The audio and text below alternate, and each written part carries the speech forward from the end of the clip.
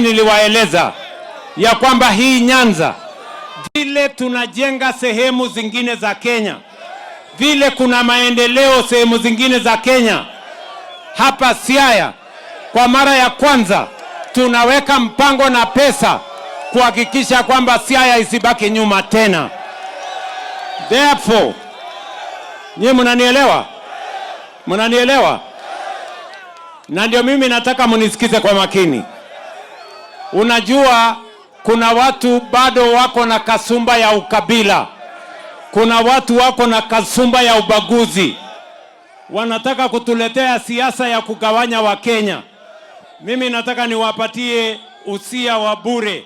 I want to give them free advice.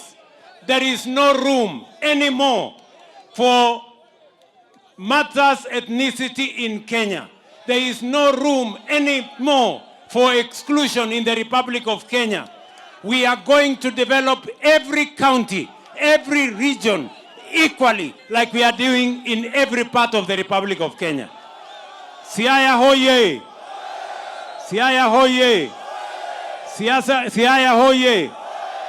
Sikizeni bwana. Hapa Siaya, vijana munisikize vizuri.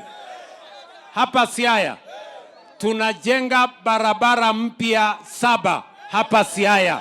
7.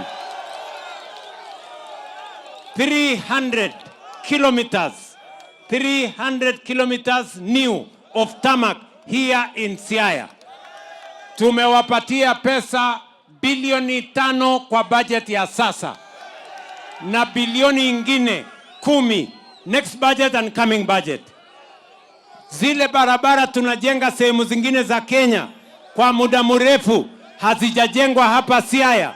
Mimi nataka niwahakikishie, we are going to do it in Siaya, we are going to do it in Nyanza, we are going to do it in Rift Valley, in Western, in Central, in Coast, and in every part of the Republic of Kenya. Siasa na hangover ya ubaguzi hatutaki katika taifa letu la Kenya. Nyinyi mnanielewa? Mnanielewa? Jambo la pili, hapa Siaya tunajenga nyumba 8,000 kwa affordable housing. Tunajenga soko mpya 25 hapa Siaya. Tunajenga hostels ya vijana 11,000 hapa Jaramogi University, kwa TVET zenu, kwa KMTZ zenu, na tumeweka pesa ya serikali bilioni 28 hapa Siaya on housing, on hostels and on markets, because we want to develop every part of Kenya equally.